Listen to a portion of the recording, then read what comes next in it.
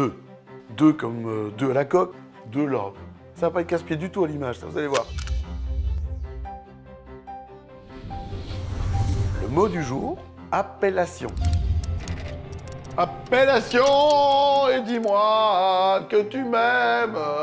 Dans l'appellation, on comprend un tas de choses. On comprend le type de cépage, les vignes que l'on va utiliser, les raisins, si vous préférez. Grenache, Syrah, Carignan, Mourvèdre, Viognier, Marsanne, Roussanne, enfin, il y en a un paquet. Dans l'appellation, on comprend la densité de plantation, combien de pieds à l'hectare. Ça varie, suivant les zones. Dans l'appellation, on comprend la façon de tailler la vigne, de la guider. On va réglementer le rendement à l'hectare, la quantité de raisins produits, le degré d'alcool. Tout ça, c'est dans l'appellation, le décret d'appellation. Et quand le vigneron respecte tout ça, le vin passe en commission d'homologation. Et quand il passe en commission d'homologation, il a le droit, s'il est accepté, de porter l'appellation. L'appellation, c'est une forme de protection du consommateur. On a déterminé qu'il fallait toute une série d'étapes et de règles pour être certain que le vin soit bien ce qui est indiqué sur l'étiquette. La pyramide des appellations!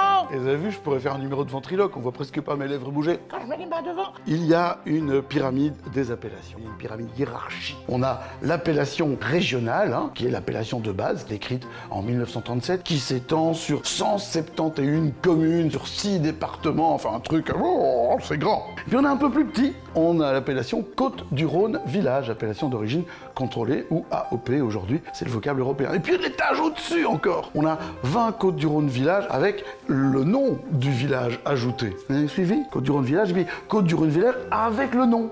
Et puis il y en a encore 17 au-dessus qui sont des crus, alors là ils n'ont que le nom du village, et pas Côte-du-Rhône Village derrière, c'est clair? Et puis il y a 2 vins doux naturels. Vous savez ce que c'est qu'un vin doux naturel? C'est un vin doux naturel, comme moi, naturellement doux. Ce sont des vins que l'on mute. Faut pas confondre vin mutant et vin muté. Les vins mutants sont faits dans des laboratoires secrets par la CIA. Ils ont 3 oreilles. Tandis que les vins mutés sont des vins dont on arrête la fermentation par adjonction d'alcool. Quand le jus fermente, il s'appelle le mou. Comme ça. Quand il a fini de fermenter, si c'est réussi, ça s'appelle du vin, si c'est raté, ça s'appelle du vinaigre. Et quand le mou donc est en fermentation, on ajoute de l'alcool dedans, et d'un seul coup, le mou arrête de fermenter, et là, on a les abdominales. Vous avez compris? Vins doux naturels, ce sont des vins dont on arrête la fermentation par adjonction d'alcool. Ils ont un degré plus élevé que la moyenne, ils ont plus de sucre que la moyenne. Ce sont des vins que l'on mettra en fin de repas en général. Ils vont très très bien pour accompagner le dessert, les fromages, et ce sont des vins qui vieillissent. Ça, vous avez tout compris? Sinon, bah, vous faites... Ça bouge presque plus, il faut que j'arrête. Voilà. Santé, santé. Appellation! À toutes les unités, retrouvez-nous vite rapidement pour déguster les vins des Côtes-du-Rhône au 20h20. Allez, over.